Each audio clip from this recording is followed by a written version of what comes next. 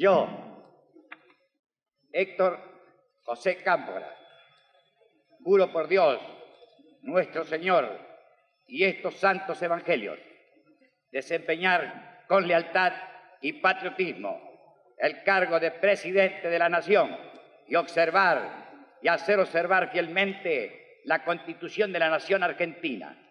Si así no lo hiciere, Dios y la nación me lo demanden.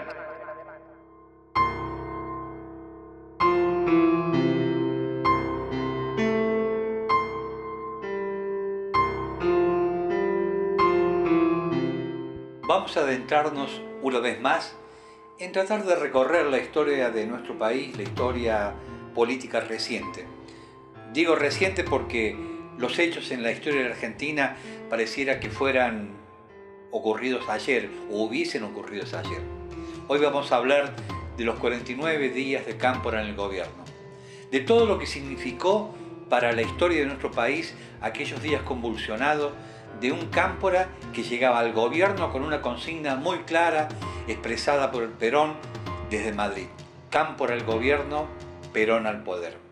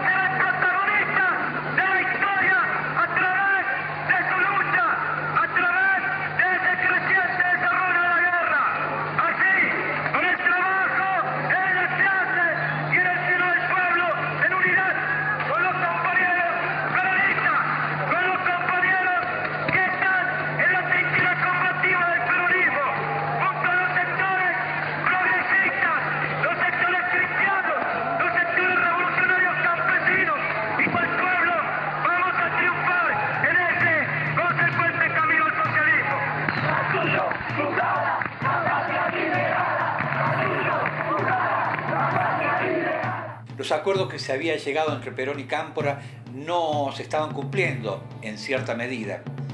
Cámpora asume el gobierno y en la misma noche el ministro Esteban Ricci lo que hace es firmar el decreto de libertad de todos los presos políticos, esto es Montonero, FARC y también del Ejército Revolucionario del Pueblo. Esta situación indudablemente tensó la relación entre lo que era el peronismo de izquierda, como decíamos, y el peronismo de derecha.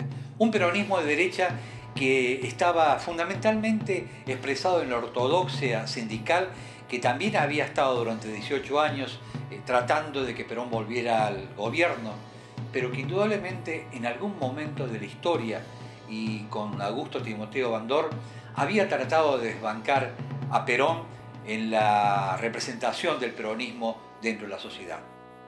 Es indudable que el acuerdo de Cámpora con Perón había sido una maniobra política para burlar a la dictadura militar que impedía que el líder más importante que tenía el pueblo argentino pudiera acceder a dirigir los destinos del país. Bueno, las pautas programáticas del Frente Justicialista de Liberación que yo di a conocer ante los distintos candidatos comunales, provinciales y nacionales del Frente Justicialista de Liberación, dejé perfectamente aclarado que era necesario en el país hacer una amplia y generosa amnistía. Con respecto al papel de la juventud en el movimiento nacional peronista, muy especialmente en el movimiento nacional peronista, que está nucleado dentro del Frente Justicialista de Liberación, el mundo lo sabe que tiene un papel preponderante. Si yo en todas mis improvisaciones he dicho y seguiré sosteniendo que en la juventud es el impulso del presente y la garantía del futuro.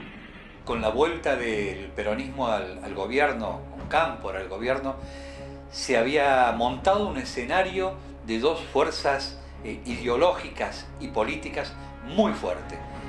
Por un lado estaba esa burocracia sindical que había fogoneado y había parado permanentemente la lucha del sindicalismo en la Argentina, y por otro lado estaba la tendencia, la juventud peronista, Montoneros y FARC, que querían otra sociedad completamente diferente. Una buscaba la patria socialista, otro hablaba de la patria peronista, de ni yanquis ni marxistas, peronistas.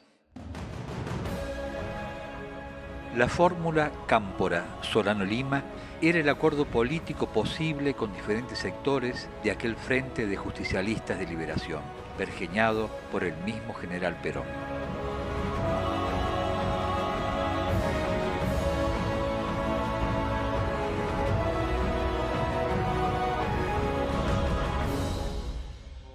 Es indudable que el país estaba atravesado por luchas memorables, luchas que habían marcado la conciencia de la clase obrera, del movimiento en la Argentina, el movimiento político en la Argentina. Atrás había quedado el Cordobazo, el Viborazo, el movimiento sindical clasista que había nacido, y esas luchas indudablemente se iban a reflejar en los años venideros. Daba la sensación de que Perón usaba a la juventud peronista para conseguir sus objetivos. Y digo esto porque de recibirlos en Madrid y hablar con sectores de la juventud, terminaría en aquel 1 de mayo echándolos de la plaza al grito de imberbes.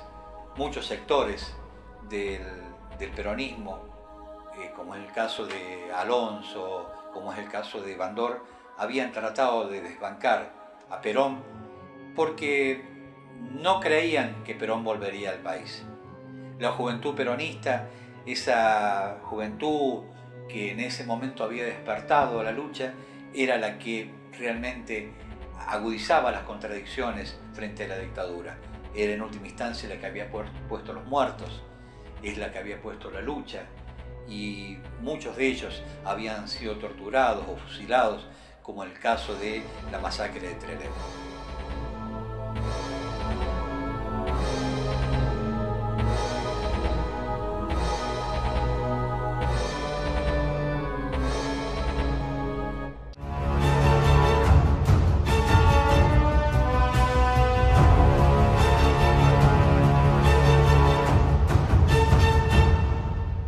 Juan Domingo Perón. El expresidente regresaba a la Argentina luego de casi 18 años de exilio. Cámpora había ganado con un alto porcentaje de votos, pero a pesar de eso, había la posibilidad para una segunda vuelta frente al radicalismo de Balbín, porque el peronismo no había alcanzado los porcentajes necesarios para tener la mitad más uno de los votantes. A pesar de esto, el centenario partido de Irigoyen se retiró del balotaje. No tenía sentido esa compulsa. El pueblo argentino, luego de 18 años, esperaba la vuelta de su líder y seguramente arrasaría en las urnas si se diera esa opción. Todos al frente con todo. Todos al frente con Perón. Voté por Cámpora y Solano Lima. Para la paz y la liberación. Compañeros, compañeras, la elección ya está resuelta. Ganaremos la primera y no habrá segunda vuelta. Cámpora y Solano Lima, los hombres de frente y de Perón. Cámpora había ganado el 25 de mayo realmente de una forma mayoritaria. El pueblo peronista se había volcado a las calles y había puesto su voto con la idea de que no hubiese una segunda vuelta. Esta situación había llevado a que Cámpora después tuviera que viajar a España para acompañar el regreso de Perón al país. Un regreso que iba a ser realmente difícil. Esto se iba a reflejar en lo que fue el 20 de junio con la masacre de Ezeiza. El 25 de mayo se inició una nueva etapa en la vida argentina que ha permitido reencauzar la continuidad histórica de mi país. Y en esa continuidad histórica está presente con presencia viva y vibrante España, dijo el doctor Cámpora al despedirse del pueblo hermano con una recepción ofrecida a sus autoridades en el Palacio de la Moncloa. Por eso deseo hacer un llamado a todos, a fin y al cabo, hermanos, para que comencemos a ponernos de acuerdo. Ordenemos primero nuestras cabezas y nuestros espíritus. Reorganicemos el país y dentro de él al Estado, que preconcebidamente se ha pretendido destruir y que debemos aspirar que sea lo mejor que tengamos para corresponder a un pueblo que ha demostrado ser maravilloso. Para ello elijamos los mejores hombres, provengan de donde provinieren. Acopiemos la mayor cantidad de materia gris, todos juzgados por sus genuinos valores de plenitud y no por subalternos intereses políticos, influencias personales o bastardas concupiscencias. La inoperancia en los momentos que tenemos que vivir es un crimen de lesa patria. Los que estamos en el país tenemos el deber de producir por lo menos lo que consumimos. Esta no es hora de vagos ni de inoperantes. Los científicos, los técnicos, los artesanos y los obreros que están fuera del país deben retornar a él a fin de ayudarnos en la reconstrucción que estamos planificando y que hemos de poner en ejecución en el menor plazo.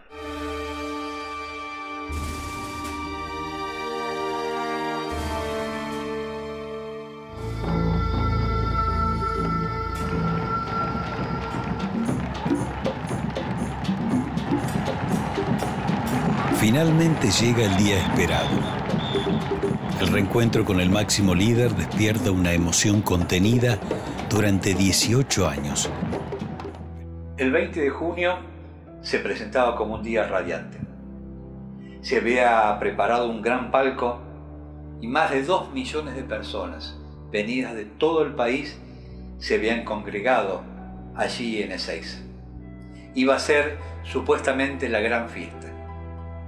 Se había acordado que 5 personas eran los responsables de lo que iba a ser la seguridad del acto. Perón iba a bajar en otro lugar. La masacre comenzó desde el palco que se había montado, como decíamos, para recibir a Perón. Las corridas, los tiroteos, las ambulancias, absolutamente todo ocurría aquel día en Ezeiza. Indudablemente hubo un ganador. Nunca se supo y nunca sabremos qué cantidad de muertos hubo aquel día. Unos hablan de 20, 25, de cientos de heridos, pero lo cierto es que había comenzado y se había declarado una guerra que no tendría por el momento un final feliz. En esta atmósfera cada vez más densa, Perón desciende del avión junto a Cámpora, ya incapaz de ocultar su tristeza, y un exultante López Rega que no deja de informar lo que está sucediendo.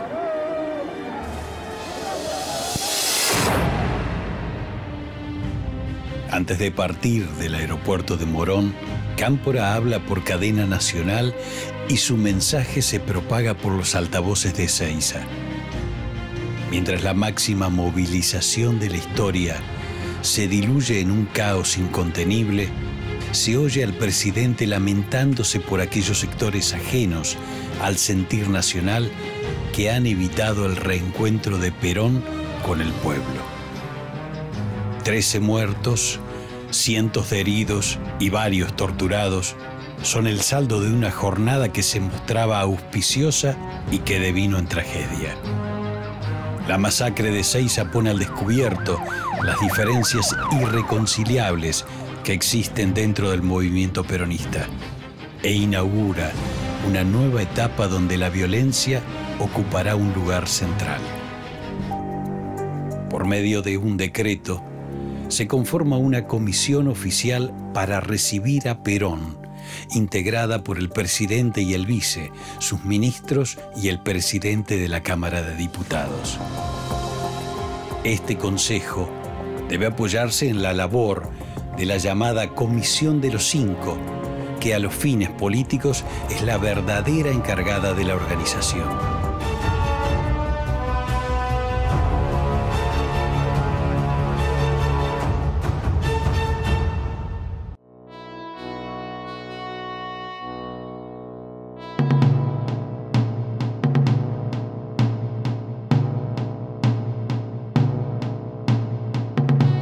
Cámpora llegó al gobierno con los votos peronistas de aquellos sectores que aún guardaban en su memoria aquellos años de bienestar de la década del 40 y del 50.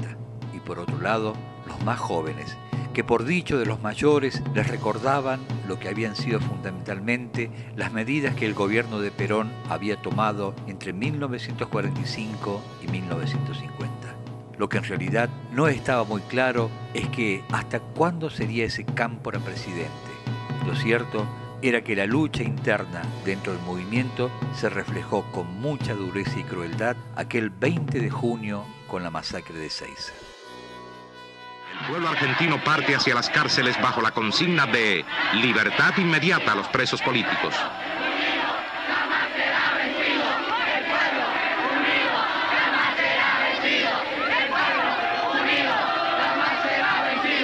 Guerrilleros tucumanos con más de 10 años de prisión son liberados. Méndez y Lluver, revolucionarios argentinos, condenados a perpetuidad, recuperan su libertad.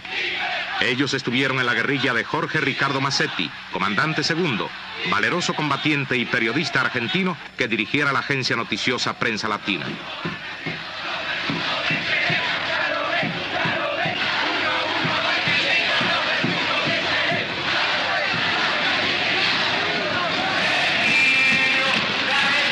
El presidente electo Héctor Cámpora, respaldado por una multitud gigantesca, concurrió al Congreso a prestar juramento.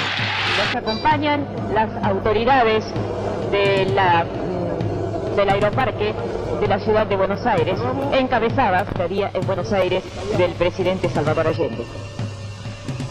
Amplio abrazo de los dos mandatarios.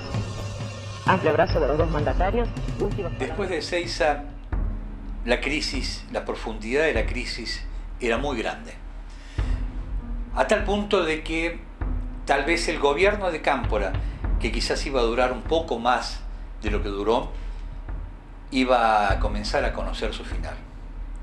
Fueron 49 días en el gobierno, se tomaron algunas medidas, llegó Allende de Chile, del Chile socialista, llegó el presidente de Cuba, Dorticós, pero no era precisamente lo que este sector de la derecha del peronismo pretendía para la Argentina. Lo que se buscaba era otra Argentina completamente diferente. Volvían a reflotar aquellas consignas, ni yanqui ni marxista, peronista, la tercera posición, alejados de un imperialismo y del otro. Y los días que se avecinaban eran realmente muy violentos. Como decía, había una guerra declarada y esa guerra iba a estar expresada en los cientos de muertos que iban a ocurrir meses después, prácticamente con el nacimiento de las 3A, donde paradójicamente la mayoría de los muertos por las 3A iban a ser peronistas. La crisis social del país se había enraizado muy profundamente y las facciones del peronismo pugnaban por el poder. Perón, el viejo líder, ya cansado y enfermo, sucumbía, con una salud endeble que lo llevó a terminar sus días con su sueño de ser presidente de los argentinos por tercera vez. Los días se apresuraron. Cámpora renuncia aquel 13 de julio y un año más tarde el pueblo peronista sufría la gran pérdida de su líder. Yo no sé si la emoción, la honda emoción que me embarga, me permitirá la lectura de este mensaje al pueblo argentino, porque está próximo un acontecimiento a cuyo servicio he puesto la conducta y la lealtad incuestionable de toda mi vida: el reencuentro del general Perón con su pueblo en el ejercicio pleno, real y formal de su indiscutida conducción. Ahora que el general Perón está definitivamente en el suelo patrio, ese deseo del pueblo debe tener ocasión de manifestarse, sin vallas ni limitaciones de ninguna especie. Así se lo expresé personalmente al general Perón el día 21 de junio, luego de su arribo al país. Hoy he presentado al Honorable Congreso de la Nación mi renuncia irrevocable para posibilitar el reencauzamiento de un proceso que fue distorsionado por la incomprensión cuando el Frente Justicialista de Liberación se vio privado de postular como candidato a la primera magistratura de la patria al general Perón. Voluntad irrebatible de todo el pueblo argentino. Finalmente, desde lo más profundo de mi corazón, mi agradecimiento más puro y noble al pueblo y al general Perón por la alta distinción de que me hicieron objeto. Les agradezco profundamente el que hayan llegado hasta esta histórica Plaza de Mayo. Yo llevo en mis oídos la más maravillosa música que para mí es la palabra del pueblo argentino. Con gran dolor debo transmitir al pueblo el fallecimiento de un verdadero apóstol de la paz y la no violencia. Asumo constitucionalmente la primera magistratura del país, pidiendo a cada uno de los habitantes la entereza necesaria dentro del lógico dolor patrio para que me ayuden a conducir los destinos del país hacia la meta feliz que Perón soñó para todos los argentinos. A los 41 años, el país entierra a otro gran presidente. Pero la fuerza de la República, la comprensión del país, pone una escena distinta, todos sumados, acompañándolo, y todos sumados en el esfuerzo común de salvar para todos los tiempos la paz de los argentinos. Este viejo adversario despide a un amigo. Quisimos llegar hasta este punto, hasta este final. Quienes ya peinamos canas, somos viejos, vivimos realmente unos años de plomo, de sangre, de muerte. Fue el tercer gobierno de Perón, un Perón viejo, cansado, que pretendía conciliar a una Argentina para sacarla de la crisis en la cual se encontraba. Ese Perón que en aquel discurso, quizás su último discurso antes de su muerte, habla, me llevo en mis oídos la más maravillosa voz, que es la voz del pueblo. Y hablaba del final, pero era el final de un líder, pero era el comienzo de un país que se iba realmente a encontrar con la crisis, con las muertes, con un golpe de Estado que vendría más tarde. Y era la aparición, un tiempo antes, de las 3A. Unas 3A, cierto, fogoneado por los Soteros, los López Rega, los Gosinde, los Norma Kennedy y otros sectores más del peronismo de derecha. Esa fue la Argentina que nos tocó vivir, y hoy, a tantos años, uno rememora y piensa todo lo que hicimos, todo lo que buscamos para que fuera una Argentina diferente. Cuántas crisis, pero cuántas crisis que hemos pasado los argentinos. Pero así fue. Esta es la historia que vivimos, y esta es la historia que queremos contar y que quisimos contar.